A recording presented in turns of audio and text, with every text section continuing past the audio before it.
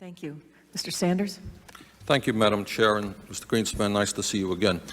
Mr. Greenspan, I have long been concerned that you are way out of touch with the needs of the middle class and working families of our country, that you see your major function in your position as the need to represent the wealthy and large corporations. And I must tell you that your testimony today only confirms all of my suspicions, and I urge you, and I mean this seriously, because you're an honest person. I think you just don't know what's going on in the real world.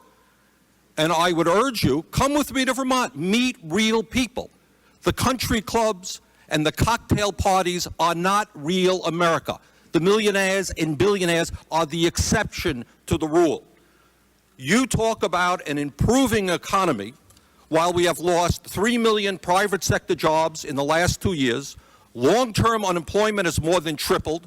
Unemployment is higher than it has been since 1994. We have a $4 trillion national debt.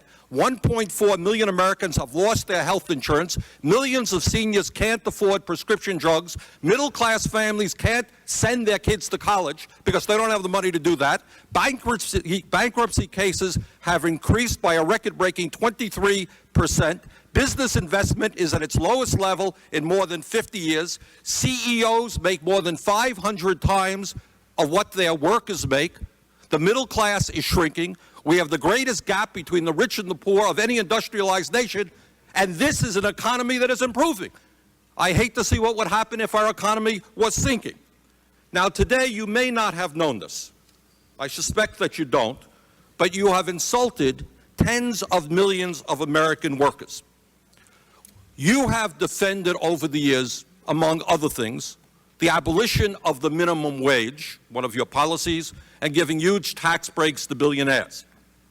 But today you reached a new low, I think, by suggesting that manufacturing in America doesn't matter. It doesn't matter where the product is produced. We lost 2 million manufacturing jobs in the last 2 years alone, 10% of our workforce. Walmart has replaced General Motors as the major employer in America, paying people starvation wages rather than living wages, and all of that does not matter to you. Doesn't matter if it's produced in China where workers are making 30 cents an hour or produced in Vermont where workers can make 20 bucks an hour. It doesn't matter.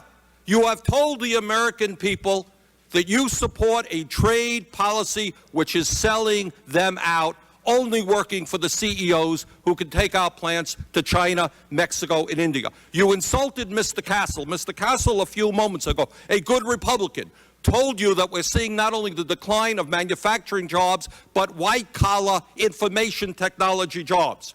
Forrester Research says that over the next 15 years, 3.3 million U.S. service industry jobs and 136 billion in wages will move offshore to India, Russia, China, and the Philippines. Does any of this matter to you? Do you give one whit of concern to the middle class and working families of this country? That's my question.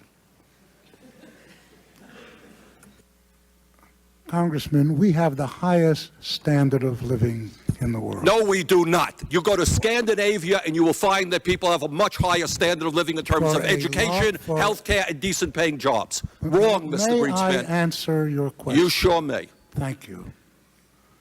For a major industrial country, we have created the most advanced technologies, the highest standard of living for a country of our size. Our economic growth is crucial to us. The incomes, the purchasing power of our employees, our workers, our people are by far more important than what it is we produce. I submit to you that, may I?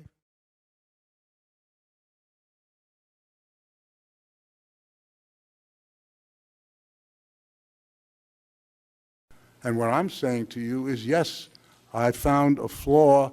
I don't know how significant or permanent it is, but I've been very distressed by that fact. But if I may I just finish an answer to the question previously? You found a flaw in the reality? A flaw in the model that I perceived is the critical functioning structure that defines how the world works, so to speak. In other words, you found that your view of the world, your ideology was not right. It was not working.